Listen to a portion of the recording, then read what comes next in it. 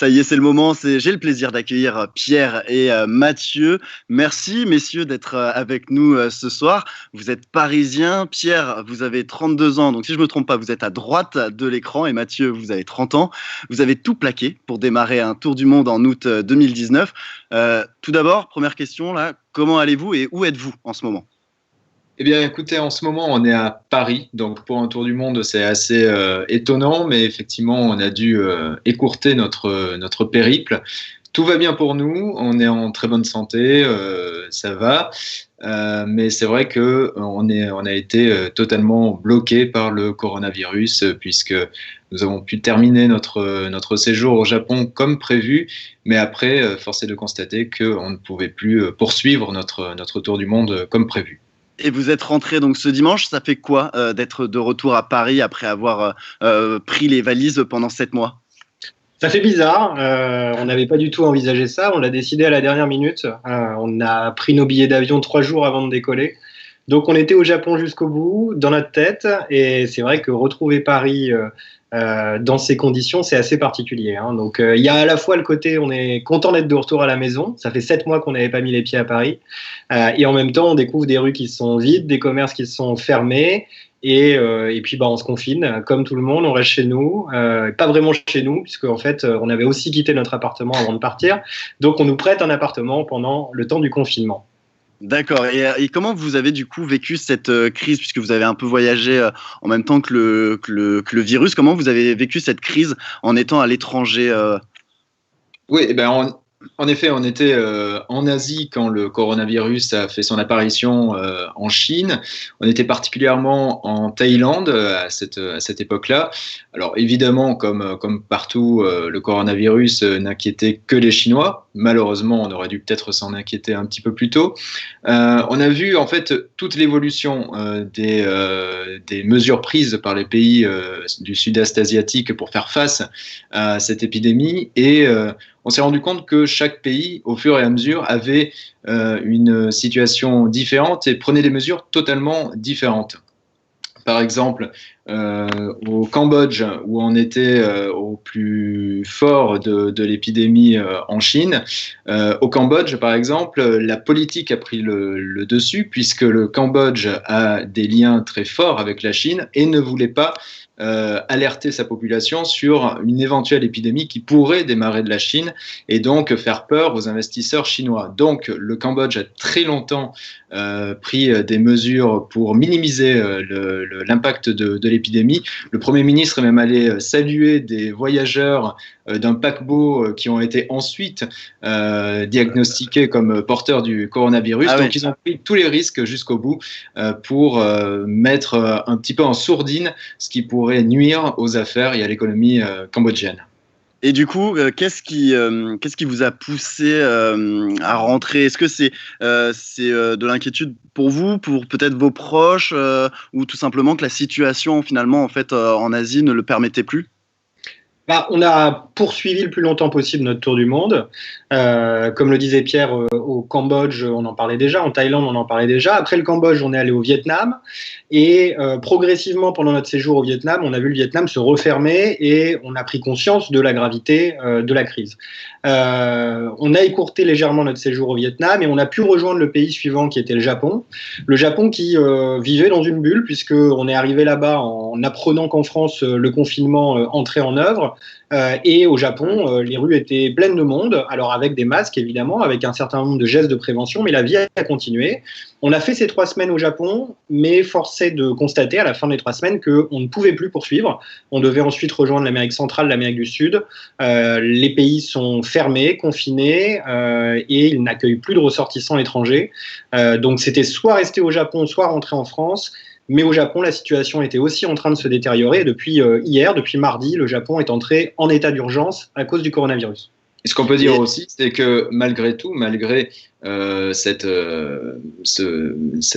arrêt technique, on va dire, de notre tour du monde, on avait déjà depuis quelques semaines la tête qui était complètement envahie par la situation en France. Et donc, ça a commencé à être un petit peu invivable aussi pour nous de continuer à voyager dans ces conditions-là. Et justement, c'était quoi le regard des locaux sur vous qui étiez étrangers et quand vous arriviez dans des pays, alors bon, le Japon, vous êtes arrivés, ils étaient pas forcément dans cet état d'urgence, mais dans d'autres pays où ça commençait à prendre de l'ampleur, comment les gens vous regardaient?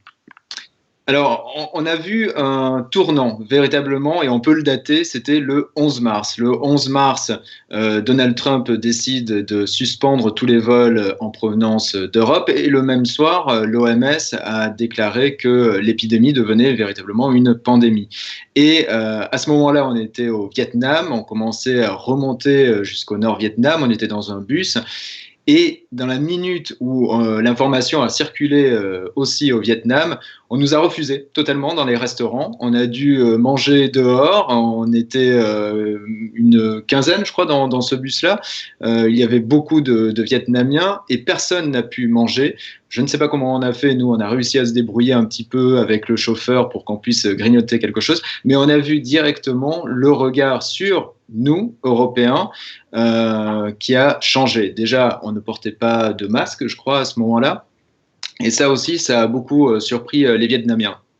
D'autant plus que quelques jours plus tard, une rumeur a circulé au Vietnam, comme quoi les Européens faisaient exprès d'attraper le coronavirus pour développer des anticorps. Et donc, ça a fait beaucoup peur.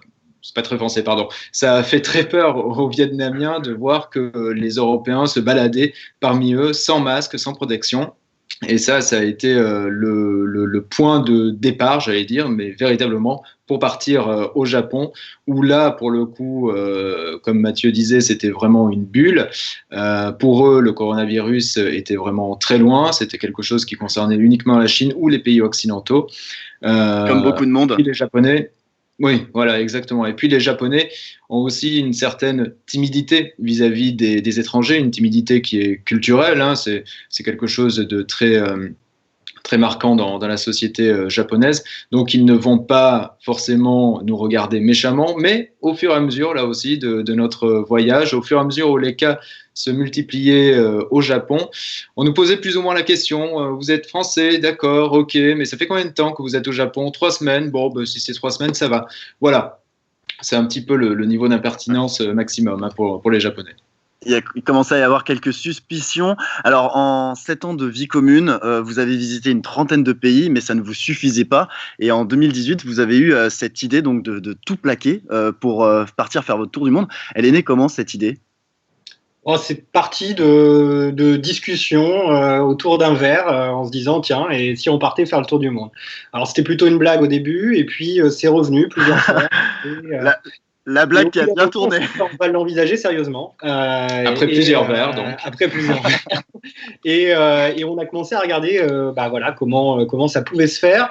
On a vu en fait que c'était pas un projet inédit, qu'il y a énormément de gens qui le font, énormément de gens de notre génération qui prennent soit une année à la fin de leurs études, soit une année après quelques années de travail, ce qui était plus notre situation, et que finalement les tours du monde, il y en avait à toutes les sauces, à tous les budgets.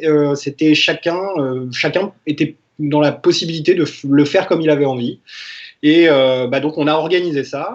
Ça se fait pas du jour au lendemain. Il faut mettre un peu de sous de côté. Il faut gérer quand même quelques paperasses. Il faut pouvoir quitter son emploi, ce qu'on a fait, quitter son logement, dire au revoir à la famille et puis après se lancer. Mais c'est quand même à la portée de tout le monde. Et on l'a encore plus vu pendant ces 7 mois de tour du monde. On a croisé d'autres Français qui faisaient le tour du monde, d'autres étrangers qui le faisaient aussi. Et il y avait vraiment tous les profils, tous les âges et aussi tous les budgets avec plus ou moins de débrouille pour réussir à s'en sortir. Et messieurs, dernière question. Forcément, on ne sait pas encore, là, vous restez à Paris, vous êtes confinés, on ne sait pas quand est-ce que le confinement se terminera, mais l'idée, c'est de repartir le plus tôt possible.